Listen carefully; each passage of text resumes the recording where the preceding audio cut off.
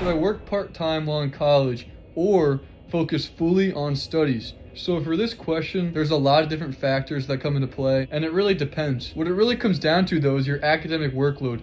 What are you majoring in? What type of student are you? How much free time do you have, and can you manage your schedule? Really focus on this. Do you have the free time? Can you work around it? Are you willing to give up these extra hours, and will your grades suffer because of it? Another huge thing to consider is your financial needs and your long-term career goals.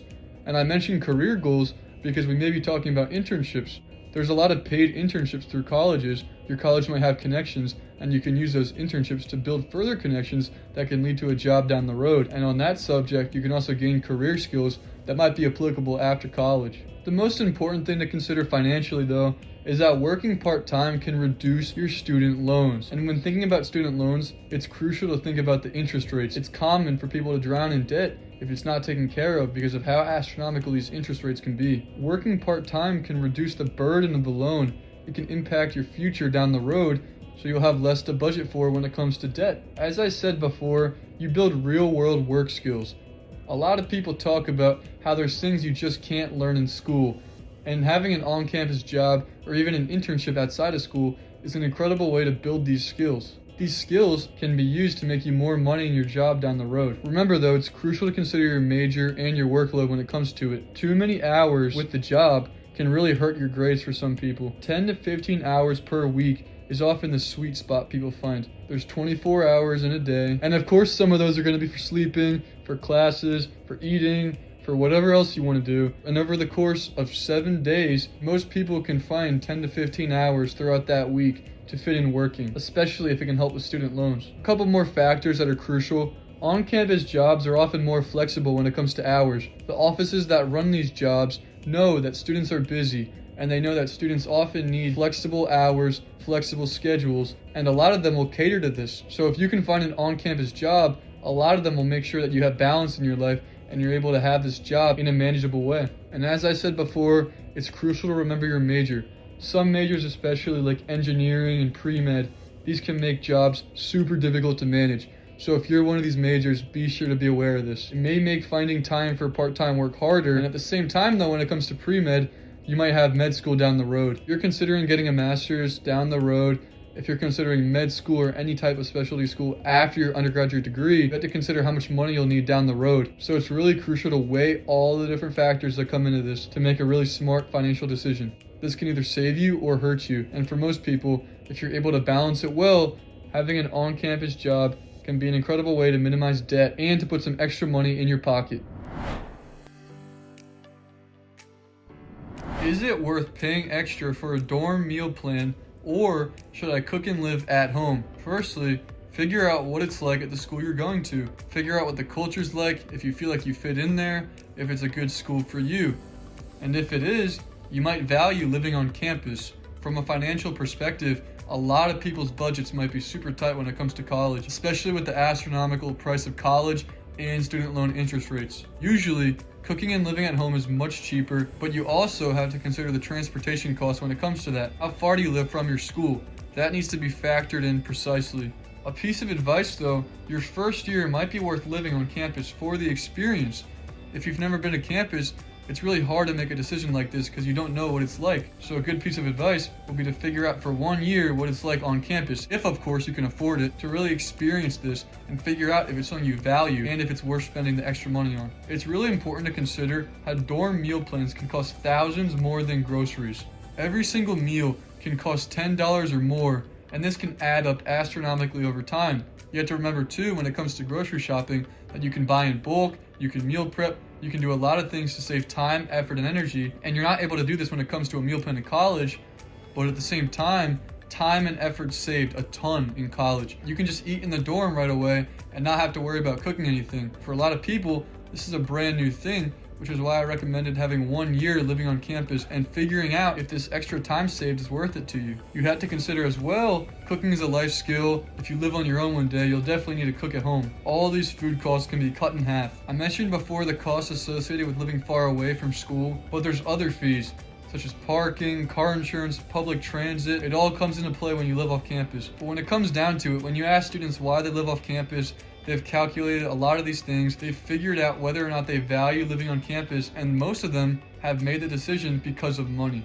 So in most cases, living off campus is usually much cheaper. But it's really up to you, especially if you go to a bigger school. In summary, first year dorm life might be worth the experience. After that, though, for most people, you should definitely consider living off campus because at the end of the day, it's really a budget-friendly move.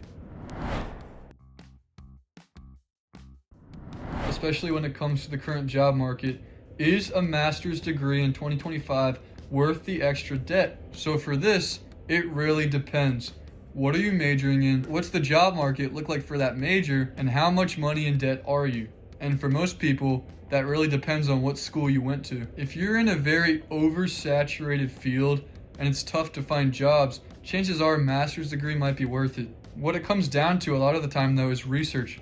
You have to research salary averages before enrolling into school, before figuring out your major. When it comes down to it, a lot of people choose what they want to major in. If you're thinking financially, a really smart thing to do, figure out what you want to do after college, and then figure out the path you have to do to get there. That may mean choosing a certain major, that may mean planning out a master's degree down the road, but if you think long term, a lot of the times this can save you debt, this can save you time, this can save you effort, this can save you a lot. Figure out the lifestyle you want beforehand. Do you value this major to a point where you might be willing to make sacrifices when it comes to pay down the road? Research, research, research. Figure out the ROI on your degree. I can offer some great advice though when it comes to a master's, especially when it comes to business, because with most business degrees, you can get a job right after college. And a lot of people, they think, oh, should I get my MBA? But most times, the MBA can actually be covered through the company. A lot of companies will pay for the MBA so you have it. And down the road, you'll know whether or not you need it in the first place. Some degrees don't really have great ROI. In that case, chances are you'll need a master's. It really depends on if there's good ROI and if the job market's oversaturated or not. And in that case, a master's may make you stand out among your peers in the job market. Really weigh the opportunity cost. Do 2 or more years of work experience in the field you're interested in. Level out prestige-wise to the master's degree. In that case, you might want to consider not getting the master's degree because you may get similar career growth without debt. What it really comes down to is your financial goals, your career goals, and the field you're pursuing. Really do your research. Really figure out what the job market's looking like for that career. This person clearly recognizes how dangerous debt can be. How can I graduate with the least possible student debt in 2025? So what it really comes down to is planning your path. Plan your degree path carefully, cut costs wherever you can, and work smart while in school. A great piece of advice would be to apply for scholarships. When it comes down to it, scholarships a lot of the time are tax-free. If you were to get an $1,000 scholarship, this would be $1,000. And if you were to make that through a job, you'd have to pay taxes, which means you'd have to make a lot more money to get that $1,000 knocked off your tuition. Applying for scholarships can even be considered a job itself. Taking the time to find scholarships and apply for them can be financially worth it in the long run. Even if you only earn a couple of them, they can save a ton of money. Apply for these scholarships every single year, not just before your first year of college. Of course, student loans can hurt you in the long run. If you're talking about an unsubsidized federal loan or a private loan especially, you really have to work against the debt. For some people, starting at a community college may be financially worth it. In most cases, a community college is cheaper than the regular 4-year university. A lot of people I've talked to appreciate not having to spend all that money for the first 2 years of college. This is a great option if you're considering it. If your school offers it in high school, take APs and dual enrollment classes.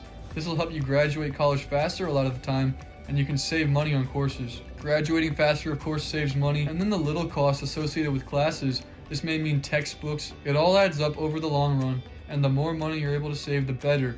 The more that can work towards your tuition and against your debt. And of course, research the job market before picking a major. Figure out what you want to do down the road, and then figure out the path to accomplish that. Kind of like career day in elementary school. Figure out your career, and then figure out how you're going to get there. Because a lot of the time, people end up regretting their major because they soon discover after graduating that the job market's oversaturated, and this can be brutal for a lot of people. In order to get the job you want, you may need a master's. Figuring this out down the road can often be difficult because you may be drowning in debt. So plan, research, and figure out what you want to do early. It can help you save a ton of money down the road. Figure out the ROI of each degree. There are lots of people out there that regret going into a degree with low ROI. A lot of people don't factor in just how much tuition is and just how much debt can accumulate. So budget like you're living paycheck to paycheck. Track every expense, limit dining out, and avoid lifestyle inflation if you're working a job on campus. If you get a raise, don't let it impact your spending. Some fields even offer what's called tuition reimbursement, so you may get money back towards your degree if you go into these certain fields. So it's really important to research these different fields and see if you're interested in one of them. They may help you reach your career goals. What it really comes down to is smart degree planning, finding scholarships, and disciplined budgeting. I can assure you it'll help you cut down on student debt in 2025. Incredible question right here. I'm going to answer this question in regards to college, taking out loans for college. Should I take out federal loans or private loans in 2025? So my advice in most cases starting out is look into federal loans. When it comes down to it, they're safer, they're more flexible, and they're often cheaper over time. The most important thing to consider when it comes to loans is the interest rate, because just like investing, loans can compound in the reverse and work against you. Your money can work against you in the reverse. So when considering loans, usually federal loans have lower interest rates.